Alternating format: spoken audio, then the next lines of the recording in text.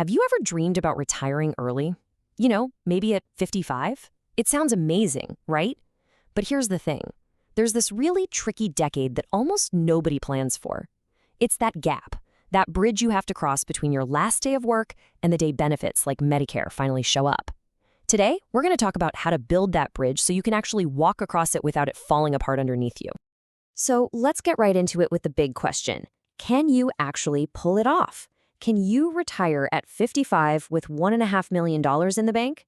To figure this out, we're going to follow a couple, let's call them John and Mel, who are staring down this exact decision.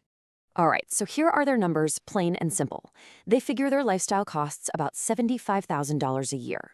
Now, John has a pension that'll cover 40 grand of that, which is fantastic. So that leaves them with an income gap of $35,000 a year that they need to pull from their $1.5 million in savings. Seems pretty straightforward, doesn't it? And that's exactly what they're thinking. I mean, a 2.3% withdrawal rate, that is way, way below the classic 4% safe rule you always hear about. On the surface, this looks like an absolute slam dunk.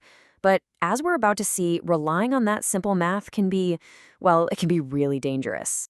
Because yeah, on paper, it works perfectly. But in the real world, John and Mel are about to step into what I call the no man's land of retirement. This is that 10-year stretch where you are completely on your own. No more employer health care, no social security checks coming in, and you are totally exposed to whatever the market decides to do. So let's tackle the first monster hiding in the shadows.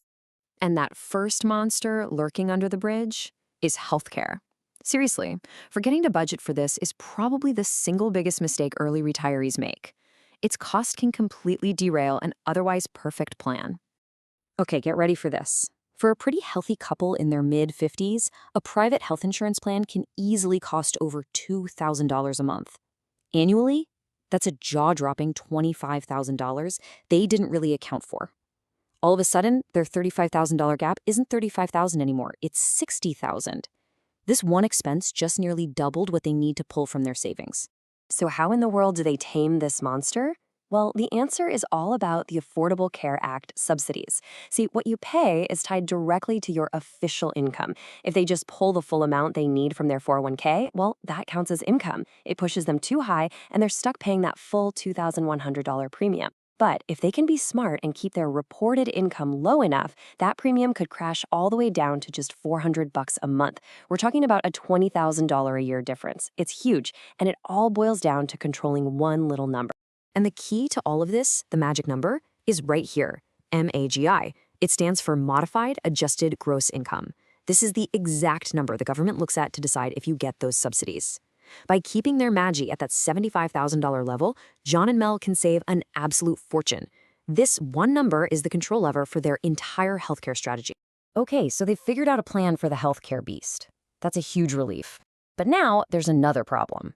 How do they actually get their hands on that $35,000 a year from their 401k without getting slammed with that giant 10% early withdrawal penalty? And the answer is this brilliant little provision called the IRS Rule of 55.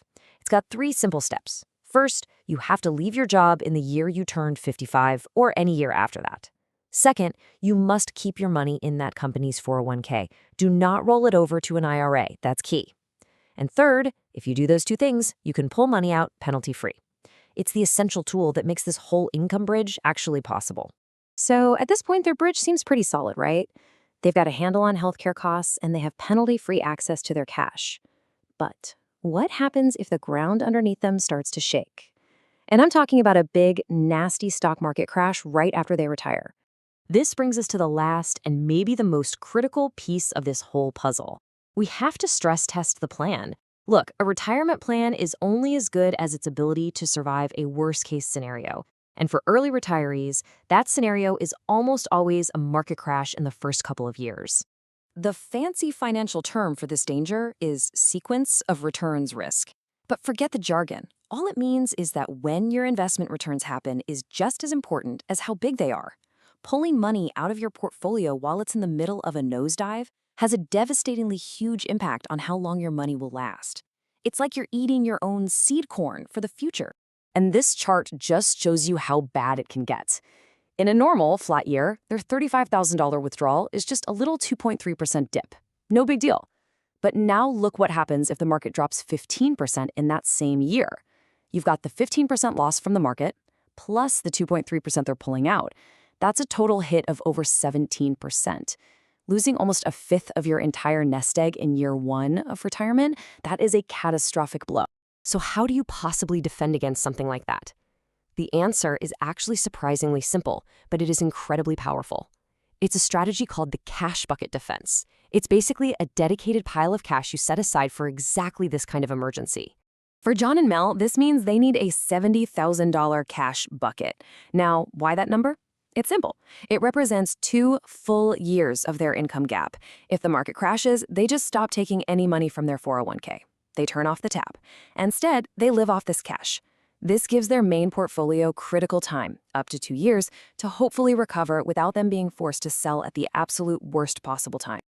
So let's bring it all together. What's the verdict on their plan? Well, by thinking beyond just that simple withdrawal rate, John and Mel were able to build a plan that's actually really robust. It wasn't just about having a big pile of money.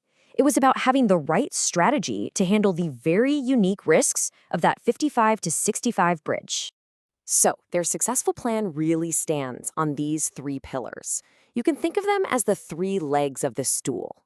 First, they actively manage their income, their magi, to get those massive healthcare subsidies. Second, they use the rule of 55 so they can get their own money without paying penalties. And third, they build a 2-year cash bucket to act as a shock absorber when, not if, the market gets rocky. And that really brings us to the final question, the one for you. It's not just about whether you have enough saved.